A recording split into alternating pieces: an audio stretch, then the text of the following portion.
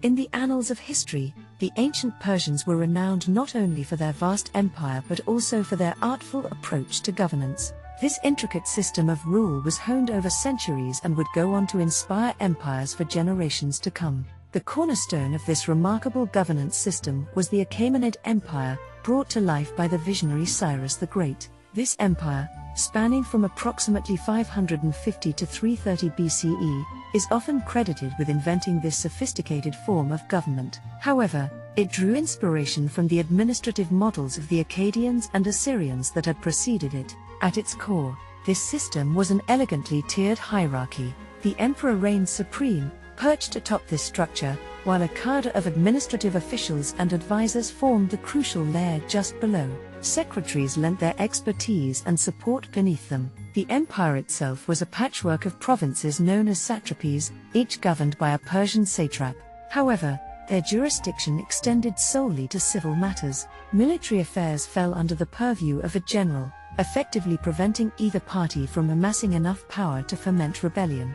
This ingenious design ensured the stability of the realm. This form of government persisted largely unaltered from around 550 BCE until 651 CE, when the Sasanian Empire yielded to the Muslim Arabs. Throughout this long reign, it remained an exemplar of governance, influencing even the mighty Roman Empire. Remarkably, its core principles are still discernible in the structures of contemporary governments. Yet, this artful system of governance had predecessors, one of the most notable being the Akkadian Empire under the rule of the legendary Sargon of Akkad. Sargon, who reigned from 2334 to 2279 BCE, established the world's first multicultural empire, selecting administrators known as the citizens of Akkad to govern over its 65 cities. He wielded religion as a tool of control, appointing his daughter Enhejanna as high priestess of in Sumer, promoting piety and adherence to the established order. Sargon's innovation extended to governance, where provincial governors were subject to supervision by his agents, who conducted unannounced visits to ensure loyalty and efficient resource management. Under Sargon's reign, the empire flourished, with infrastructure improvements, road networks, and even a rudimentary postal system. The Akkadian model served as a blueprint for future civilizations, none more notably than the Neo-Assyrian Empire. Tiglath-Pileser III, an influential king in the Neo-Assyrian Empire, ascended the throne through cunning means. Dissatisfaction with the ruling house led to a coup, and Tiglath-Pileser III took control. He implemented reforms aimed at preventing a similar fate. Provinces were halved in size, increasing their number to weaken any potential uprising. Provincial governors' powers were curtailed, requiring consensus between two unit governors for policy decisions. An intelligence network of trusted administrators conducted surprise visits to ensure compliance. This system, inspired by the Akkadian model, served the Neo-Assyrian Empire well until its eventual downfall in 612 BCE at the hands of a coalition led by the Medes and Babylonians. The ancient Persians and their predecessors thus crafted intricate governance systems that would become enduring legacies, shaping the course of history for empires yet unborn. Once upon a time, in the ancient land of Persia, a ruler emerged who would forever change the course of governance. His name was Cyrus the Great, and his reign, which began around 550 BCE, marked the birth of the illustrious Achaemenid Empire. Cyrus was no ordinary king. He was a visionary who built his government upon the lessons of past empires, aiming to create an efficient and benevolent system. Cyrus inherited the satrapy system from the Medes, the dominant power in the region.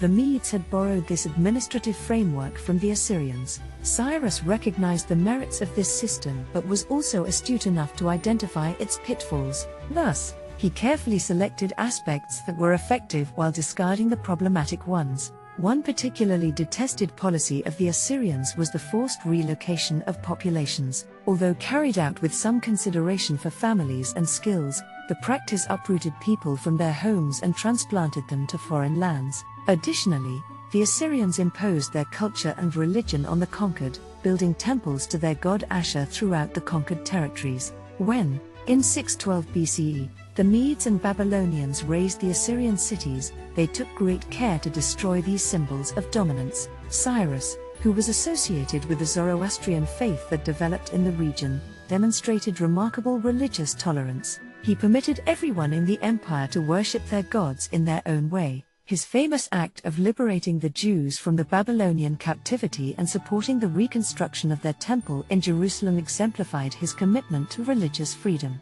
Under Cyrus' rule, conquered peoples were allowed to continue their way of life, as long as they paid taxes and contributed men to the imperial army. His government was characterized by central authority supported by decentralized satrapies. These satrapies were overseen by Cyrus officials, acting as the king's vigilant eyes and ears. Remarkably, there are no records of revolts during Cyrus the Great's reign. The people revered him as a fatherly figure. Upon Cyrus' death in 530 BCE, his son Cambyses II continued his policies, extending the empire into Egypt. However, Cambyses II faced criticism, particularly from the Egyptians and Greeks, who considered him an erratic ruler. He pursued harsher policies compared to his father and his successor, Darius, and Darius, often remembered as Darius the Great, introduced a new era in Persian governance through his law code, the Ordinance of Good Regulations. Although this work exists today only in fragments and citations, it seems to have drawn inspiration from the earlier Code of Hammurabi. Darius I instituted the principle that no one, not even the king, could execute someone accused of only a single crime.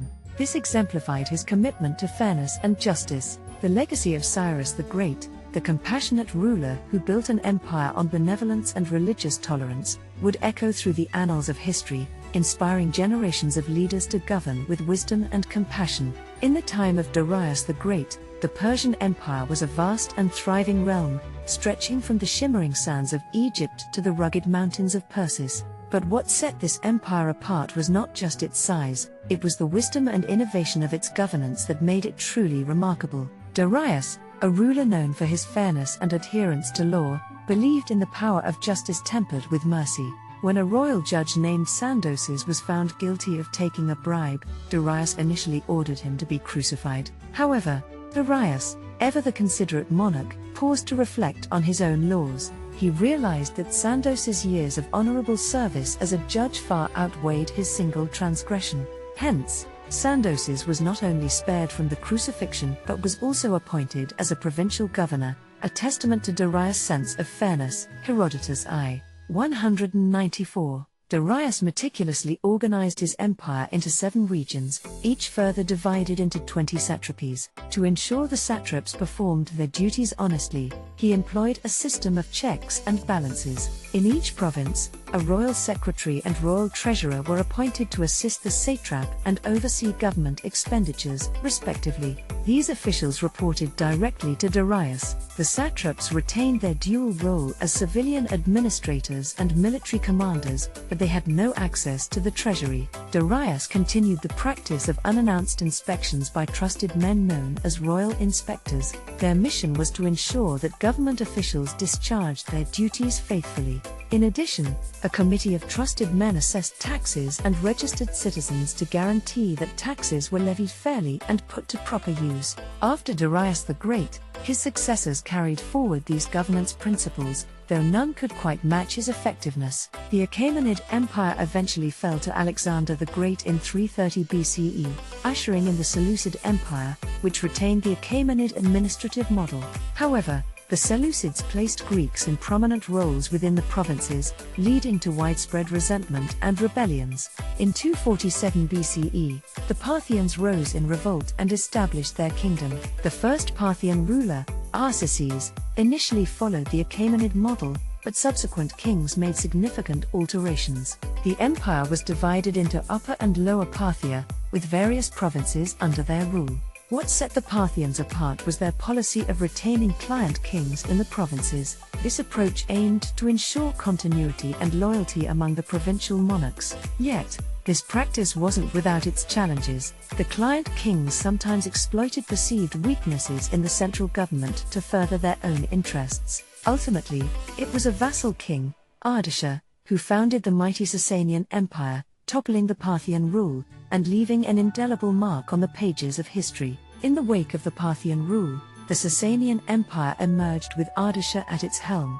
Ardashir, a devout Zoroastrian, set out to tighten control over the sprawling realm and centralize its government. His vision was profoundly influenced by the 5 principles of Zoroastrianism, a faith that had deep roots in the region.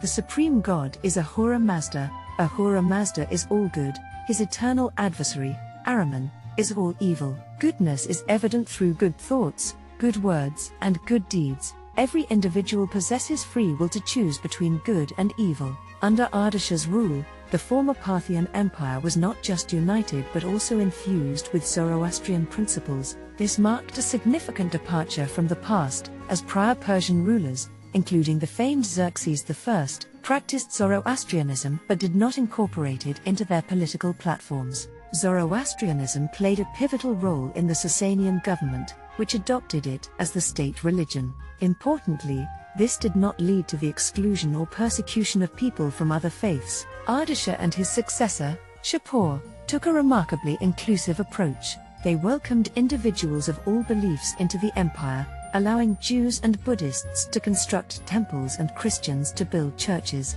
Shapur was particularly remarkable. He saw himself as a sacred warrior king, advancing the cause of Zoroastrianism against the perceived darkness and evil of the Roman Empire. His campaigns against Rome were overwhelmingly successful, solidifying his legacy as a model for future Sasanian rulers. Religious tolerance persisted in the empire until the reign of Shapur II, who viewed Christianity as a Roman faith seeking to undermine Zoroastrianism. Under his rule, the Avesta, the sacred text of Zoroastrianism, was recorded in writing, and Christians faced persecution. However, this period of religious intolerance was short-lived, and Ardashir II reinstated the policy of religious acceptance upon assuming the throne. Among the illustrious Sasanian rulers, Khosrau, also known as Anushirvan the Just, was a standout. He not only maintained the existing model of government but also placed a greater emphasis on education and cultural refinement. His reign marked a high point in Sasanian history. As time went on, the empire faced periods of decentralization as regional nobles asserted themselves. Ultimately, in 651 CE, the Sasanian Empire fell to the invading Muslim Arabs. The conquerors adopted a governance structure similar to the Achaemenid model, where one ruler, a Shah, decreed the law, which was then implemented by satraps. Under Islamic rule, however, non-Muslims would eventually be required to pay a tax to live among the Muslim population, and religious tolerance was discarded in favor of conversion. The Achaemenid Persian model of governance became the standard for ruling across Central Asia and Mesopotamia from around 550 BCE until 651 CE. This model paved the way for one of the world's richest and most influential cultures. Its influence extended even to the Roman Empire, shaping governance for centuries and leaving an enduring impact on modern governments, including that of the United States. Despite its strengths, the Persian model had one notable flaw. Rulers were never entirely secure in their positions because kingship was believed to be divinely conferred. This meant that a noble or satrap who successfully revolted could claim divine favor, potentially leading to political instability. Throughout history, rulers have been favored by their subjects as long as they delivered tangible benefits, a dynamic that remains unchanged to this day. The Persian model of governance is a testament to the enduring nature of human motivation and the various forms of government devised to harness it positively.